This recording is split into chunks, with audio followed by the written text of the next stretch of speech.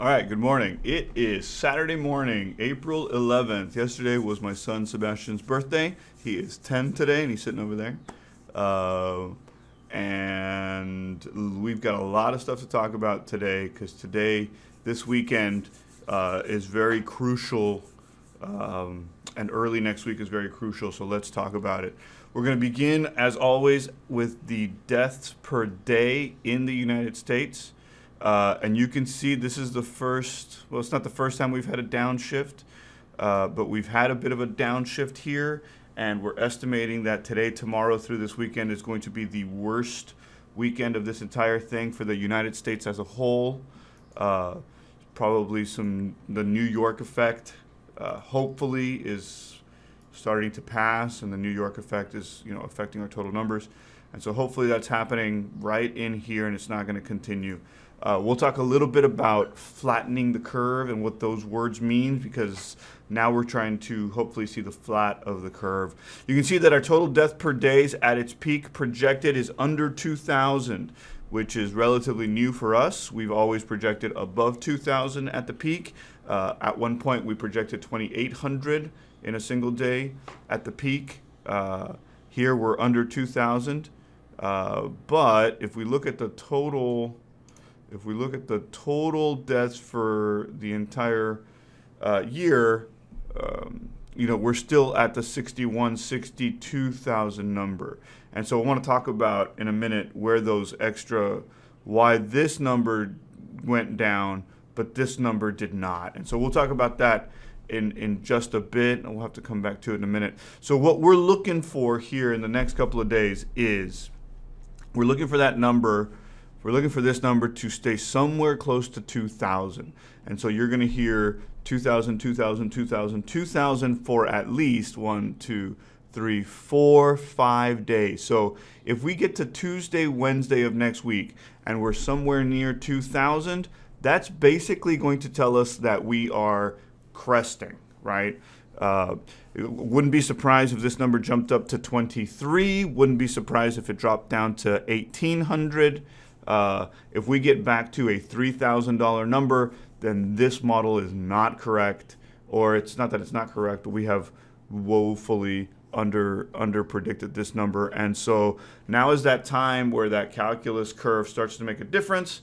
And if you were, your personal opinion on social distancing aside, the behavior that we had 2 weeks ago or a week and a half ago is what's affecting this number here.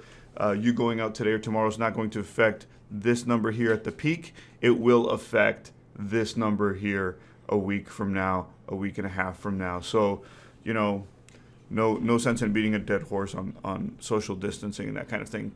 I was asked to look at Maryland, so I'm going to look at Maryland for just a second.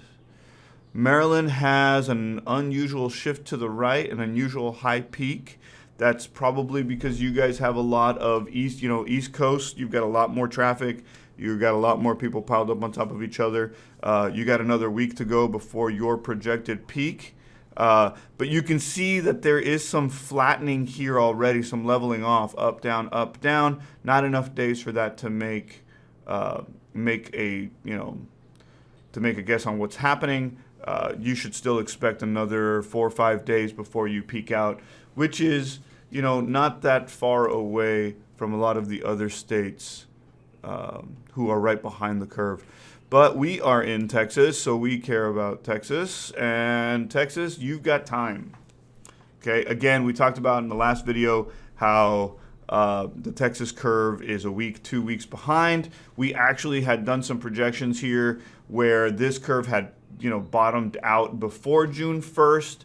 Now we're bottoming out, a week after June 1st. I think by the time we get to here, I think it's okay to have our little Earl birthday party. Although, we'll have that discussion in the middle of May. But Texas, we are not peaking until April 27th. We're basically peaking at the end of the month. At this point, most of the Texas regulatory stuff have said May 1, right? Our county has said 1st of May. Everybody's thinking 1st of May. That's not going to be the case. Fully expect there to be an extension, Texas, on your social distancing guidelines or regulatory stuff. And knowing Texans the way we know Texans, we know there's going to be a lot of anger about civil liberties and the government telling us what to do and that kind of thing. So, expect your buddies on social media to ramp up their rhetoric here in the next 2 weeks. But I can't think that counties and the state are going to get to the flattened end of the top of the peak and then say, oh, yeah, hey, go throw your barbecues. Because the first thing Texans are going to do is they're going to take all the alcohol that they've shipped home, and we're going to start drinking it. So expect that to jump out to May 15th, okay? So if you're looking for a regulatory reason to go back to work, I would have a full expectation that that's going to get extended in the state of Texas for at least 2 weeks. So Texans, we got at least another full month before we get back to normal. I will probably have a conversation with my staff on Monday that says, hey, we were aiming for May 1st. We are now going to aim for May 15th, probably. That's probably what's going to happen. The good news is that, shortly thereafter, we will probably start socializing. So we've got this spread out to the right. We're going to talk about what flattening the curve really means. Hopefully we're wrong, but Texas, expect to peak out at the end of the month. And, what does it mean in terms of decision making? It means that people are going to be more afraid than they are now. And decision makers are going to be more afraid than they are now, and they're going to push that out an additional 2 weeks. It is exactly what I would do if the county would ask me to come and ask me for my opinion. That's what I would say. Well, here in South Texas, here in McAllen, our ISD has not yet shut down classes for the rest of the semester. I think that is a critical decision. It shows a lack of leadership by the local ISD and the local school board, half of which don't have college degrees. And so there is clearly a lack of ability to make decisions there by the school districts. No reason not to cancel class for the rest of the semester. And I only say that because as parents, you need to decide what it is you're going to do with your kids for the next 7 to 8 weeks. This is what you need to do. You're going to keep them. They're yours. And you can tell that from this curve right here. Let's go back. Let's go to total numbers. Total numbers in the state of Texas are estimated at 2,300. Again, given the population in the state, that is a woefully small number. Not woefully, that is a fantastically small number. So Texas, whatever it is you're doing, keep doing it. Again, note the large and it looks like increased gray area, which I can talk about again at some point.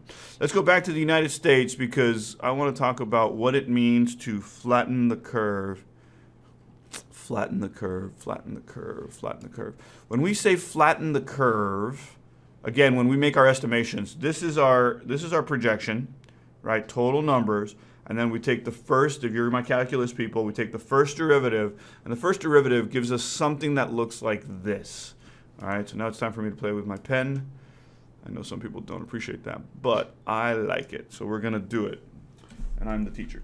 So when we talk about flattening the curve, what we're really saying is, what we're implying when we say flatten the curve is that we want this number to be flat up here at the top. So we would otherwise draw this normal curve that looks kind of like this and then flat and then comes down back out this way. Well, that means that we are longer at the top and that we have this stretch up here. And so we have all of this gray area on the right-hand side. And that is what we would implicitly, non-scientifically mean when we say flatten the curve. And it's an appropriate description. But I don't perceive that that's what's happening. I think what we really mean, let me erase all of this. What we really mean, let me get a better contrasting color here. What we really mean when we say flatten the curve is extend the right tail. And so if you're looking at a normal distribution, something that looks kind of like this, which is kind of what we projected, what we really want to do, and we're using the word flatten the curve, what we really should be saying is extend the right tail. This guy down here is my right tail, and what we really want to do is move the right tail out forward, because we have this expectation that there are a certain number of cases that are going to occur. There's a certain number of deaths that are unavoidable, and there's nothing we can do about those. What we're really trying to do is ensure that this flattening, is ensuring that we don't overload our capacity. This is our capacity for ICU beds, our capacity for ventilators, our capacity for total hospital beds, our capacity for whatever. And so long as we're under that capacity, and particularly here in the state of Texas, it looks like we're under that capacity. It looks like in more states we're under the expected capacity. That we really are, that's the first stage. And so, okay, we've done that. Now what are we trying to do? We're trying to get back to normal, which is the point of my videos, right? I am not here trying to get into political discussions. The point of these videos for me and for my clients has always been, hey, when do I get back to normal? How do I make decisions about my business and my family and the university and the school district so that we say, hey, it's okay? When is it okay for you to walk up to your buddy and say, hey, I want to shake your hand, right? Come here. And we're huggers here, so, we're Mexicans. We're Mexican Americans here in South Texas. We're huggers. We're kissers. We in my family, men kiss men on the cheek every time we see each other. That's just who we are. And so we want to do that. And what we're really trying to do is extend this right tail. So what happens when we extend this right tail is, if we were following this particular model that you see in front of you, right, we would peak here and we would flatten out here for 5, 6, 7 days. Again, making sure to keep an eye on the 2,000, 3,000 number, but the 2,000 number for sure. Like if we're close, and expect this to have some volatility here, right? So some high, some low, some high, some low.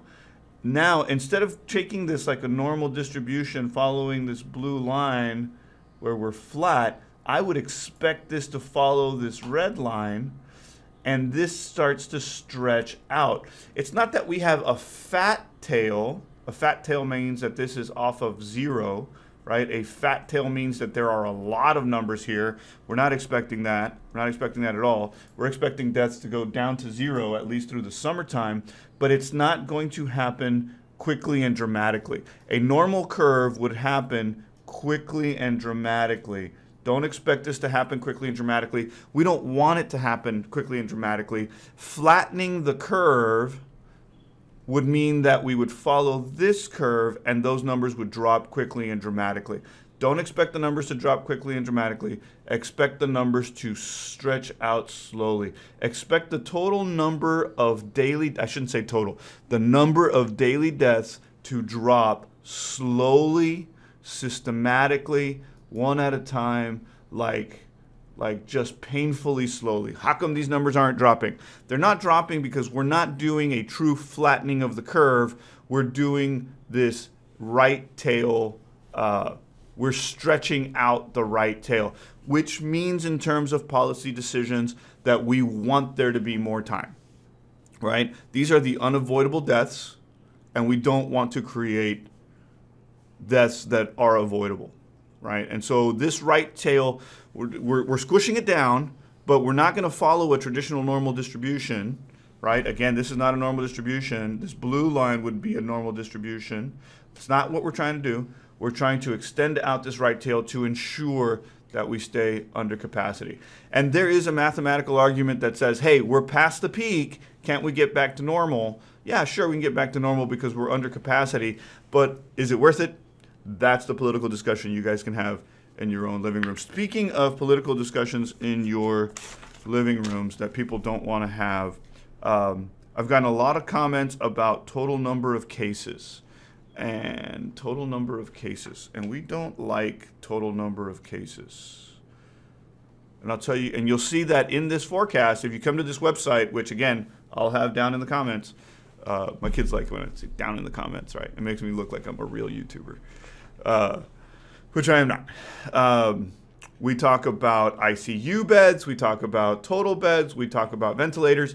All of these can be counted, right? We can count them. Total number of deaths per day, they are officially reported. This is stuff that can get officially reported. There's a lot of stuff in the news and a lot of commentary out there about total number of cases.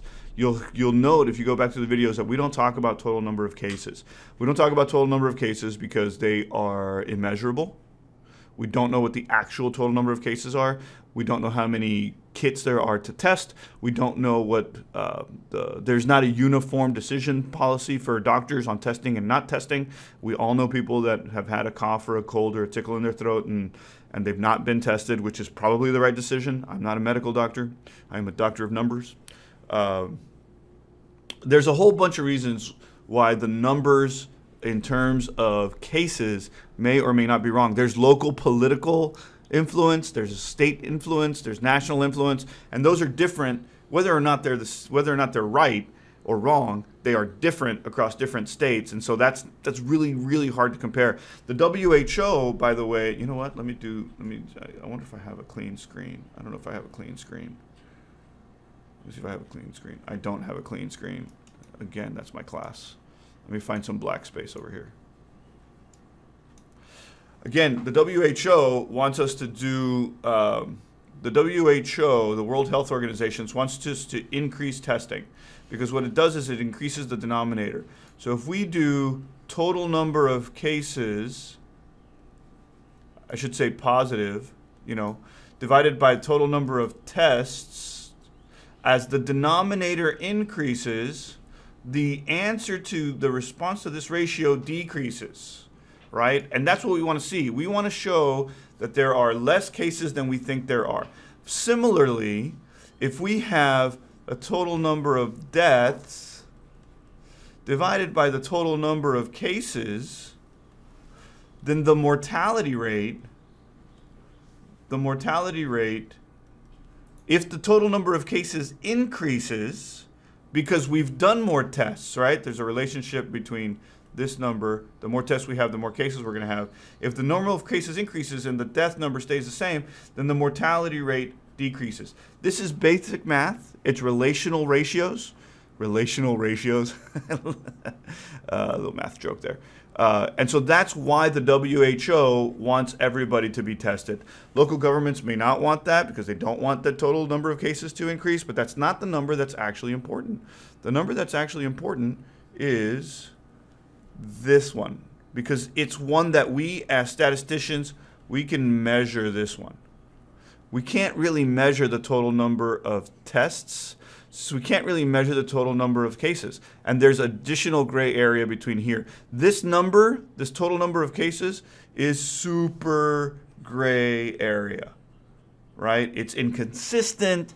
It's inconsistent between state to state. We don't have a national policy. This thing happened too quickly for there to be a national policy, and so counties are sometimes superseding policy over states. States are superseding policy over counties. I mean, it's in the decision-making industry, this is a bit of a mess, right? And so why do we not talk about cases? And you should not get logged into a discussion on cases because there's a bunch of fallacies in there, and you're not going to convince anybody that you're right, and the people are not going to convince you that you're right or wrong. What we can measure is deaths, and let the epidemiologists deal with the actual mortality rates of this thing next year. We won't know that actual number till the end of the year. What else? There was something else I wanted to talk about. Yes, the University of Texas put out a model that looks kind of like this. And we are, for the record, I work for a UT system institution. But this model looks a little, I don't know, it looks a little weird. It makes a couple of assumptions that I'll talk about in a second.